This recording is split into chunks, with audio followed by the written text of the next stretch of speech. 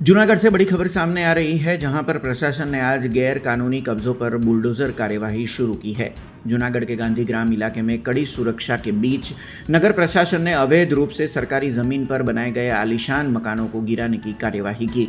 सूत्रों के अनुसार कई वर्षों से कुछ लोगों ने सरकारी जमीन पर गैर कानूनी कब्जा कर रखा था और वहां पर आलीशान निर्माण कर दिए थे।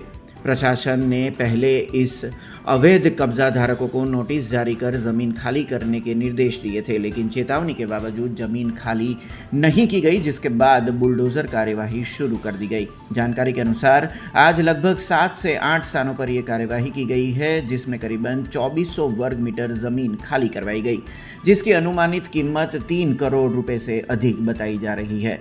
प्रशासन का कहना है कि आने वाले दिनों में भी गैर कानूनी कब्जों के खिलाफ डिमोलिशन ड्राइव जारी रहेगी। गुजरात सरकार असामाजिक तत्वों सामे कड़काईपूर्वक कार्यवाही करवा माटे कटिबद्ध छे અને એના ભાગરૂપે જ આજે જૂનાગઢ શહેરમાં ગાંધીગ્રામ વિસ્તારમાં દબાણ દૂર કરવાની કાર્યવાહી શરૂ કરવામાં આવી છે।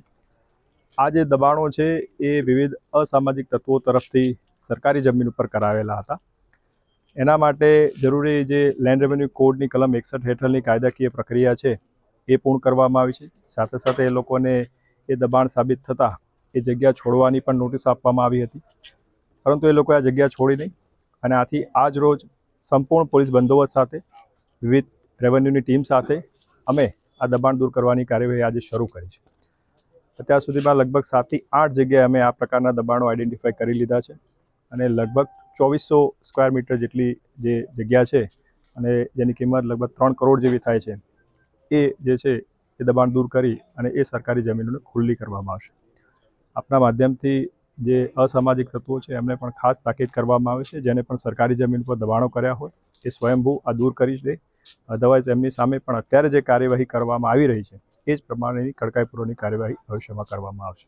हमसे जुड़े रहने के लिए हमारे YouTube चैनल को सब्सक्राइब करें और नई वीडियो की नोटिफिकेशन के लिए बेल आइकॉन को दबाएं।